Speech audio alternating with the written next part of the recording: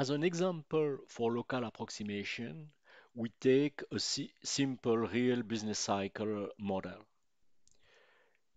It is a bit more complicated than the neoclassical growth model that we discussed earlier. There are two new features in the model. Uh, Now, labor is endogenous, and there is a technological change, a trend in technological change in the production function. So uh, we start again with the representative agents whose preference for intertemporal utility is given, it depends on the logarithm of consumption and the disutility of labor, see the negative sign, is a power function of the amount of labor services. So L is, is labor services, beta is the discount rate, gamma between 0 and infinity is the curvature of the labor supply, and C consumption. Our household face a sequence of budget constraints, meaning the amount, so they own the firm capital. And again, the capital at the end of the period is made of whatever is left over after depreciation from capital at the end of last period, the income of labor, where W is the wage rate, the return they receive from the firms on the basis of capital that they lend there, RT, minus what is used for consumption. The production function means that output is a function of total factor productivity, that is stationary. The stock of capital at the end of previous period at the power of alpha, and efficient labor at the power of 1 minus alpha. Efficient labor is the labor services augmented by a technological improvement that grow deterministically at the rate of G per period T. Again, we postulate that the rate of growth of technology is positive. Total factor productivity, AT, is autocorrelated with a rate lambda and an innovation which is the exponential of a normally distributed shock, ET. In order to solve the optimization problem of the household, we can use a Lagrangian approach. We write the Lagrangian as the uh,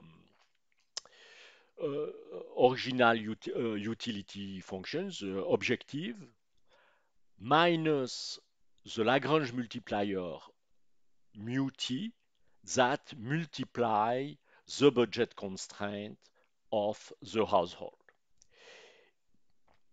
Then we compute the first order condition, meaning we set the derivative of the Lagrangian with respect to Ct, Lt, and Kt to 0. So we obtain this expression. We can eliminate the Lagrange multiplier and finally obtain that labor services at the power of gamma must be equal to wage rate divided by consumption,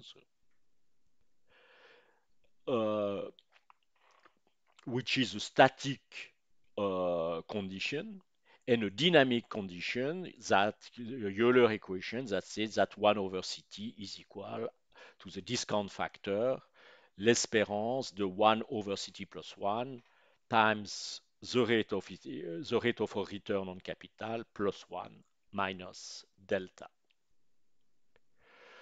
The firms solve a static optimization problem where the optimal return on capital correspond to the marginal productivity of capital and the optimal wage is correspond to the marginal productivity of labor.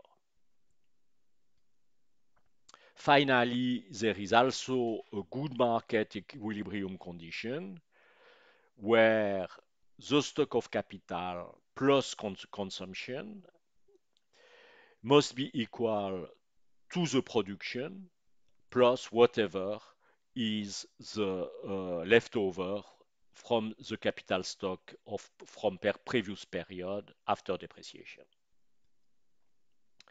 If we put everything together, we get 5 equations, but you see that some of those equations are not independent of time. They don't, the value in period t depends not only from t minus 1 or t plus 1, they also depend of the exact period in which the equation is considered. And models, so this model at this stage is not really recursive. You cannot bring directly to Dynar a model where some of the equation have depend of the exact value of the period. Okay? It's not very surprising because there is a trend in the model, and Dynar will only work with stationary models. So we need to do something before bringing it to Dynar, meaning removing the trend, or in other words, stationarizing the model.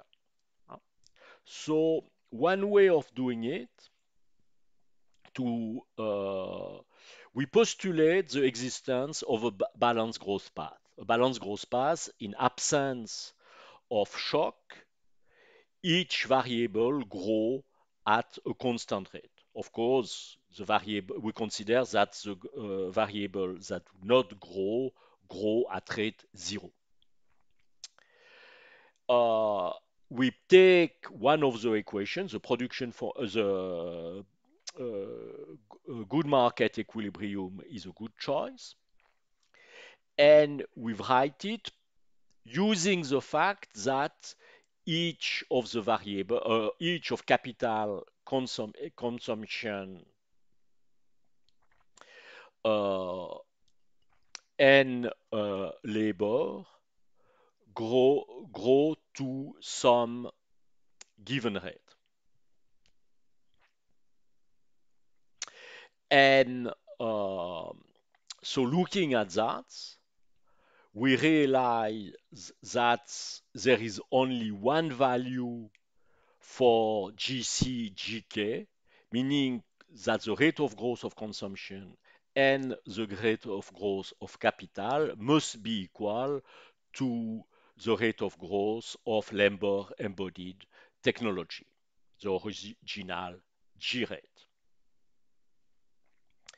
So therefore, we can divide everywhere by 1 plus g at the power of t, and we remain with this equation. You will observe that stationarizing the model is not the same thing as postulating that growth is 0. Because you see that whenever a variable appears in t minus 1, like here, or in t plus 1, we don't have its example here, a rate of growth will appear. So the rate of growth still appear in the model. What has disappeared are the rate of growth at the power of t. Now that we know the balance growth rate, we can define new variable, which are the stationarized variable with a hat. So stationarized consumption is consumption divided by its trend. Stationarized capital, the same thing. And stationarized wages also. To make sure, until now we worked until one equation. Now we can rewrite all the model, all the equation of the model, writing all in period t plus 1, t minus 1, and whenever it is necessary, adding the 1 plus g at the power of t expression. The proof, what is going to prove now that the model is balance growth, is that we will be able to remove the trend element, or we can simplify out all the expression 1 plus g at the power of t.